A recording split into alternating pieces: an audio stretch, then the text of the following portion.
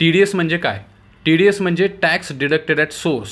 इथं सोर्स म्हणजे उत्पन्नाचा स्रोत किंवा पर्याय असतो. म्हणजे तुम्ही ज्या मार्गाने उत्पन्न मिळवला असेल तो मार्ग उत्पन्नाचा स्रोत धरला जातो. TDSच्या बाबतीत या उत्पन्नावर आधी कर कपात केली जाते, म्हणजे टॅक्स डिडक्शन केलं जातं आणि मग उरलेलं उत्पन्न तुम्हाला दिलं जातं. याला टॅक्स डिडक्टेड किंवा टॅक्स डिडक्शन ॲट सोर्स असं म्हटलं जातं.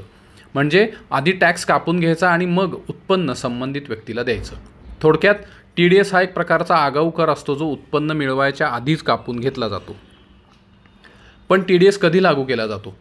RBI म्हणजे रिझर्व्ह बँकेच्या नियमानुसार आपल्याला वेगवेगळ्या मार्गाने जे उत्पन्न मिळतं ते एका ठराविक मर्यादेपेक्षा जास्त असेल तर त्या उत्पन्नावर TDS लागू केला जातो. उदाहरणार्थ, पगार, बँकेतील ठेवींवर मिळणारं व्याज, एखादा व्यावसायिक पेमेंट असेल किंवा घर भाडं असेल, अशा वेगवेगळ्या प्रकारच्या उत्पन्नावर एक ठराविक रक्कम कापून घेतली जाते. त्याला TDS म्हणजे टॅक्स डिडक्टेड ॲट सोर्स असं म्हटलं जातं. या TDSची टक्केवारी उत्पन्नाच्या स्रोतानुसार बदलत जाते.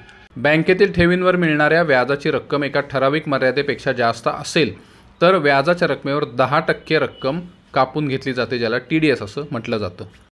पण बँकेतील ठेवींवर मिळणाऱ्या व्याजासाठी TDSची मर्यादा किती आहे?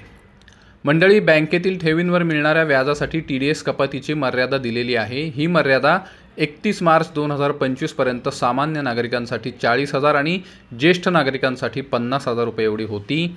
म्हणजे एकाच बँकेत असलेल्या ठेवींवरील व्याजाची रक्कम एका आर्थिक वर्षात म्हणजे 1 एप्रिल ते पुढील वर्षातल्या 31 मार्चपर्यंत सामान्य करदात्यांसाठी म्हणजे 60 वर्षांपेक्षा कमी वय असलेल्या व्यक्तींसाठी 40,000 रुपयांपेक्षा जास्त होत असेल तर त्या व्याजाच्या रकमेवर 10% TDS कपात केली जात होती.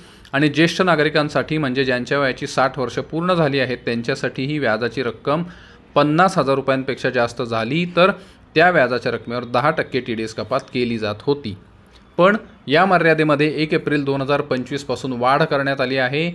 TDSच्या नवीन नियमानुसार 1 एप्रिल 2025 पासून जर एकाच बँकेत असलेल्या ठेवीवरील व्याजाची रक्कम एका आर्थिक वर्षात सामान्य नागरिकांसाठी म्हणजे 60 वर्षांपेक्षा कमी वय असलेल्या व्यक्तीसाठी 50,000 रुपयांपेक्षा जास्त झाली तर त्या व्याजाच्या रकमेवर 10% TDS कपात केली जाणार आहे. आणि ज्येष्ठ नागरिकांसाठी म्हणजे ज्यांच्या वयाची 60 वर्ष पूर्ण झाली आहेत त्यांच्यासाठी ही व्याजाची रक्कम 1,00,000 रुपयांपेक्षा जास्त झाली तर त्या व्याजाच्या रकमेवर 10% TDS कपात केली जाणार आहे. उदाहरणार्थ, जर सामान्य ठेवीदाराला एका बँकेत असलेल्या ठेवीवर 70,000 रुपये व्याज एका आर्थिक वर्षात मिळालं तर ते 50,000 रुपयांपेक्षा जास्त होतं. म्हणून त्या व्याजाच्या रकमेवर म्हणजे 70,000 रुपयांवरती 10% म्हणजे 7,000 रुपये एवढा TDS कापून घेतला जाईल आणि 63,000 रुपये व्याज म्हणून ठेवीदाराला बँकेकडून परत दिले जातील. पण ठेवीदार ज्येष्ठ नागरिक असेल तर त्याच व्याजाच्या रकमेवर TDS कपात केली जाणार नाही, कारण ज्येष्ठ नागरिकांसाठी TDS कपातीची मर्यादा आता एका आर्थिक वर्षात 1,00,000 रुपये करण्यात आली आहे. मात्र ठेवीदारांनी पॅन नंबर दिला नसेल तर TDS 20% एवढा कापून घेतला जातो. उदाहरणार्थ, जर ठेवीदारांनी पॅन नंबर दिला नसेल तर ही TDSची रक्कम 70,000 रुपये एवढ्या रकमेवर 20% म्हणजे सामान्य ठेवीदारांसाठी 14,000 रुपये एवढी कापून घेतली जाईल आणि 56,000 रुपये त्यांना व्याज म्हणून बँकेकडून परत दिले जातील. आता हाच नियम वापरून आपल्याला आपल्या ठेवीवरील व्याजावर होणारी TDS कपात कशी टाळायची हे आपण आता बघणार आहोत. मंडळी, बँकेतील ठेवींवर मिळणाऱ्या व्याजावरील TDS कपात टाळण्यासाठी सगळ्यात सोपा पर्याय आहे फॉर्म 15G किंवा फॉर्म 15H भरण्याचा. फॉर्म 15G सामान्य करदात्यांना म्हणजे ज्यांचं वय 60पेक्षा कमी असेल त्यांना भरावा लागतो आणि फॉर्म 15H ज्येष्ठ नागरिक असलेल्या करदात्यांना भरावा लागतो. पण फॉर्म 15G किंवा फॉर्म 15H का भरावा लागतो? तर दोन्हीपैकी संबंधित फॉर्म भरून ठेवीदार बँकेला असं लेखी स्वरूपात सांगतात की आमचं व्याजाचं उत्पन्न किंवा आमचं एकूण उत्पन्न करपात्र होत नाही, त्यामुळे आमच्या वार्षिक व्याजाच्या रकमेवर TDS कपात करू नये. पण फॉर्म 15G किंवा फॉर्म 15H भरण्यासाठी 2 महत्त्वाचे नियम आहेत. पहिला नियम म्हणजे एका आर्थिक वर्षात मिळणारं व्याज सामान्य नागरिकांसाठी 50,000पेक्षा जास्त होत असेल तर फॉर्म 15G आणि ज्येष्ठ नागरिकांसाठी हेच व्याज 1,00,000 रुपयांपेक्षा जास्त होत असेल तर फॉर्म 15H भरणं आवश्यक असेल. आणि दुसरा नियम म्हणजे ठेवीदाराला एका आर्थिक वर्षात ठेवीदाराचं एकूण उत्पन्न प्राप्तिकर खात्याने दिलेल्या टॅक्स स्लॅबनुसार पहिल्या टॅक्स स्लॅबच्या मर्यादेपेक्षा, ज्याला बेसिक एक्झम्पशन लिमिट असं म्हटलं जातं, त्यापेक्षा कमी असावं. आत्ता तुम्हाला स्क्रीनवर जे टेबल दिसत आहे त्यातील या पहिल्या टॅक्स स्लॅबच्या मर्यादेपेक्षा तुम्हाला ठेवींवर मिळणारं एकूण व्याज किंवा तुमचं एकूण उत्पन्न कमी असलं पाहिजे। थोडक्यात फॉर्म 15G कोण भरू शकतो, तर तुम्ही सामान्य करदाते असाल म्हणजे तुमचं वय 60 वर्षांपेक्षा कमी असेल, तुम्हाला ठेवींवर मिळणारं व्याज जुन्या टॅक्स रेजिमनुसार 50,000 रुपयांपेक्षा जास्त आणि 2.5 लाखांपेक्षा कमी असेल, किंवा तुम्हाला ठेवींवर मिळणारं व्याज नवीन टॅक्स रेजिमनुसार 50,000 रुपयांपेक्षा जास्त पण 4 लाख रुपयांपेक्षा कमी असेल तरच तुम्हाला फॉर्म 15G भरता येईल। मात्र तुमचं व्याजाचं उत्पन्न एका आर्थिक वर्षात 50,000 रुपयांपेक्षा कमी असेल तर तुम्हाला फॉर्म 15G भरण्याची गरज उरत नाही। तसंच तुम्हाला एका आर्थिक वर्षात ठेवींवर मिळणारं एकूण व्याज किंवा तुमचं एकूण उत्पन्न जुन्या आणि नवीन टॅक्स रेजिमच्या पहिल्या टॅक्स स्लॅबपेक्षा जास्त होत असेल तर तुम्हाला फॉर्म 15G भरून काहीही उपयोग होत नाही। तुमच्या ठेवीवर मिळणाऱ्या व्याजावर TDS लागू केलाच जातो। तसंच एका आर्थिक वर्षात ठेवीदाराचं एकूण उत्पन्न प्राप्तिकर खात्याने दिलेल्या टॅक्स स्लॅबनुसार पहिल्या टॅक्स स्लॅबच्या मर्यादेपेक्षा जास्त होत असेल तर कृपया फॉर्म 15G भरू नये, अन्यथा तुमच्यावर प्राप्तिकर खात्याकडून कारवाईसुद्धा होऊ शकते। आता बघूया फॉर्म 15H कोण भरू शकतो, तर तुम्ही ज्येष्ठ नागरिक असाल म्हणजे तुमचं वय 60पेक्षा जास्त असेल किंवा 80पेक्षा कमी असेल, तुम्हाला ठेवींवर मिळणारं व्याज जुन्या टॅक्स रेजिमनुसार 1 लाखांपेक्षा जास्त आणि 3 लाखांपेक्षा कमी असेल, किंवा नवीन टॅक्स रेजिमनुसार 1 लाखांपेक्षा जास्त असेल आणि 4 लाख रुपयांपेक्षा कमी असेल तरच तुम्हाला फॉर्म 15H भरता येईल।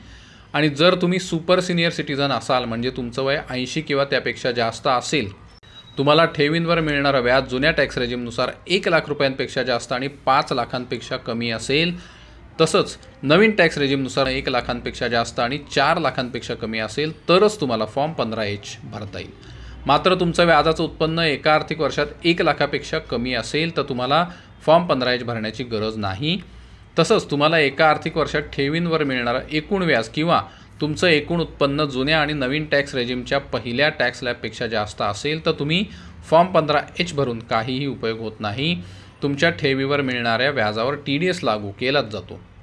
तसंच मगाशी सांगितल्याप्रमाणे एका आर्थिक वर्षात ठेवीदाराचं एकूण उत्पन्न प्राप्तिकर खात्याने दिलेल्या टॅक्स स्लॅबनुसार पहिल्या टॅक्स स्लॅबच्या मर्यादेपेक्षा जास्त होत असेल तर कृपया फॉर्म 15H भरू नये, अन्यथा तुमच्यावर प्राप्तिकर खात्याकडून कारवाईसुद्धा होऊ शकते। तर अशा प्रकारे आपण फॉर्म 15G किंवा फॉर्म 15H भरून TDS कपात टाळू शकतो। पण TDS कपात का टाळावी? मंडळी, TDSद्वारे जे पैसे बँक कापून घेते ते पैसे थेट प्राप्तिकर विभागाकडे भरले जातात आणि ही TDSची रक्कम आपण आयकर विवरणपत्र भरेपर्यंत प्राप्तिकर विभागाकडेच पडून राहते, त्याचा आपल्याला काहीही उपयोग होत नाही। म्हणून शक्यतो TDS कपात होणारच नाही किंवा टाळली जाईल याचा प्रयत्न आपण करायला पाहिजे, म्हणजे ठेवींवरील संपूर्ण व्याज आपल्याला मिळेल आणि ते आपल्याला वापरता येईल। पण मंडळी, समजा तुमच्याकडून काही कारणांनी फॉर्म 15G किंवा फॉर्म 15H भरायचा राहिला आणि जर TDS कापला गेला तर काय? तर TDSची ती रक्कम तुम्हाला पुन्हा मिळवता येते। त्यासाठी तुम्हाला आयकर विवरणपत्र म्हणजे इन्कम टॅक्स रिटर्न भरावा लागतो आणि तुम्ही दिलेल्या माहितीची आयकर विभागाकडून तपासणी केल्यानंतर जर आयकर विभागाला हे पटलं की तुम्ही TDSची रक्कम मिळवण्यासाठी पात्र आहात तर ती रक्कम थेट तुमच्या बँक खात्यात जमा केली जाते। याला आयकर परतावा किंवा इन्कम टॅक्स रिफंड असं म्हणतात। तर अशा प्रकारे TDSची रक्कम तुम्ही परत मिळवू शकता। मात्र जर तुमचं एकूण उत्पन्न म्हणजे तुमचा पगार अधिक बँकेतील व्याज अधिक तुमचं इतर काही उत्पन्न असेल तर हे सगळं उत्पन्न मिळून म्हणजे त्याची बेरीज मिळून जर ती रक्कम करपात्र होत असेल तर मात्र तुम्ही आयकर विवरणपत्र म्हणजे इन्कम टॅक्स रिटर्न भरूनही तुम्हाला TDSची रक्कम परत मिळत नाही।